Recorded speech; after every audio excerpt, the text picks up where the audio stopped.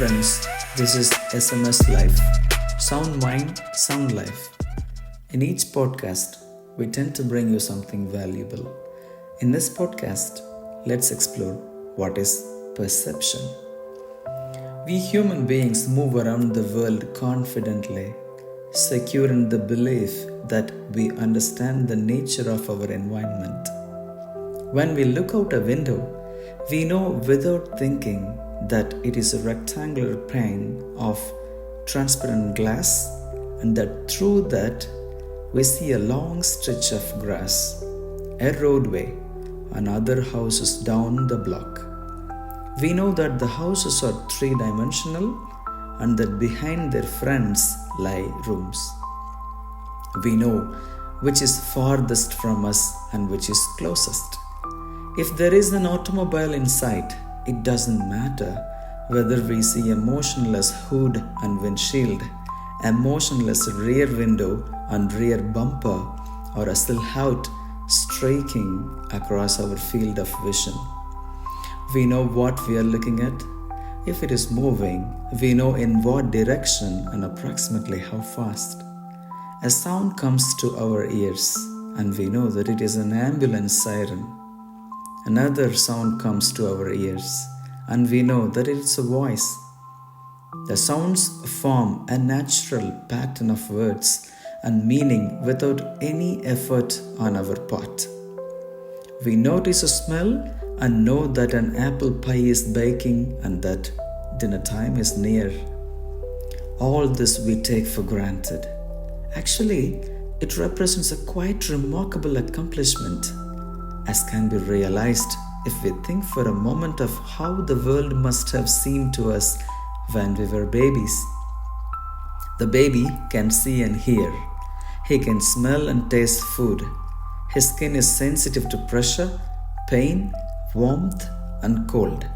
He receives sensations from his own body that arise from such states as hunger and thirst.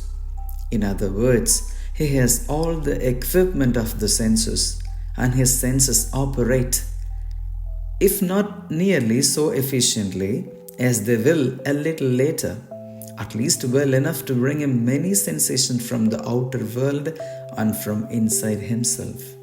The main difference between the baby's world and an adult's world is not so much that the baby's sensations lack clarity as that he has not yet learned to interpret the meaning of what he sees, hears, and feels.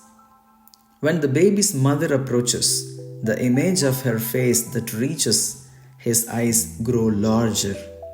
But quite possibly he is not aware that this means she is moving.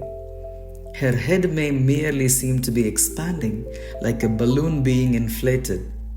When his mother turns away, she may seem to disappear and to be replaced by another totally different image, that of her back, which is the baby has not yet discovered to have any connection at all with her face.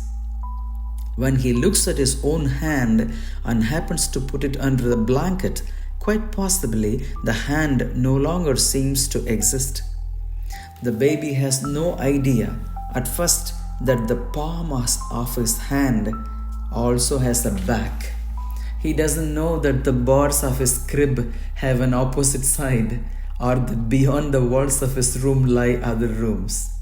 The window must seem like a sort of painting drawn on the wall, for the baby can have no idea that beyond the window is a three-dimensional world full of trees and grass and other houses down the block. To him, the world is a strange panorama in which objects appear and disappear, grow smaller and larger, and vanish entirely when he closes his eyes.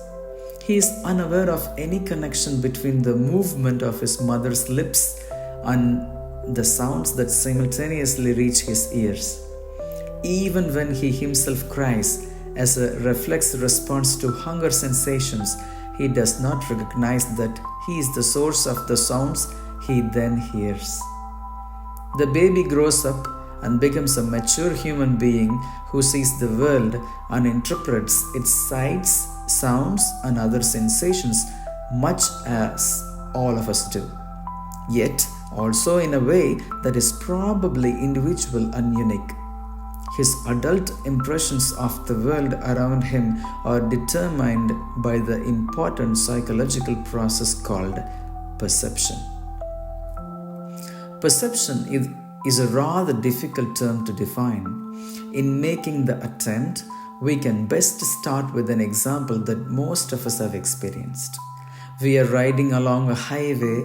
Ahead of us, at the side of the road, we see a dead dog. Then, as we draw closer, we find that we do not see a dead dog at all. It's a piece of rumpled cloth. At one moment, there is no doubt in our minds that we are looking at a dog. The next instant, we know that we are looking at a piece of cloth. The fact is that we did not see a dog. We did, however, perceive a dog. In perception, we scan the stimuli in our world much as an electronic computer in a bank might scan the face of a check, looking for the numbers that will identify it. We seek to identify and make sense out of the objects in the environment. The process is rapid and more or less automatic. We seem to leap to our conclusions. Sometimes our interpretations, when based on insufficient evidence, as in the case of the non-existent dog at the side of the road, are incorrect. Usually, however, they give us an accurate picture of what is going on around us and thus help us take appropriate action. Perception, then, is the process through which we become aware of our environment by organizing and interpreting the evidence of our senses. Our perceptions are usually immediate and made without any apparent effort or deliberate thought.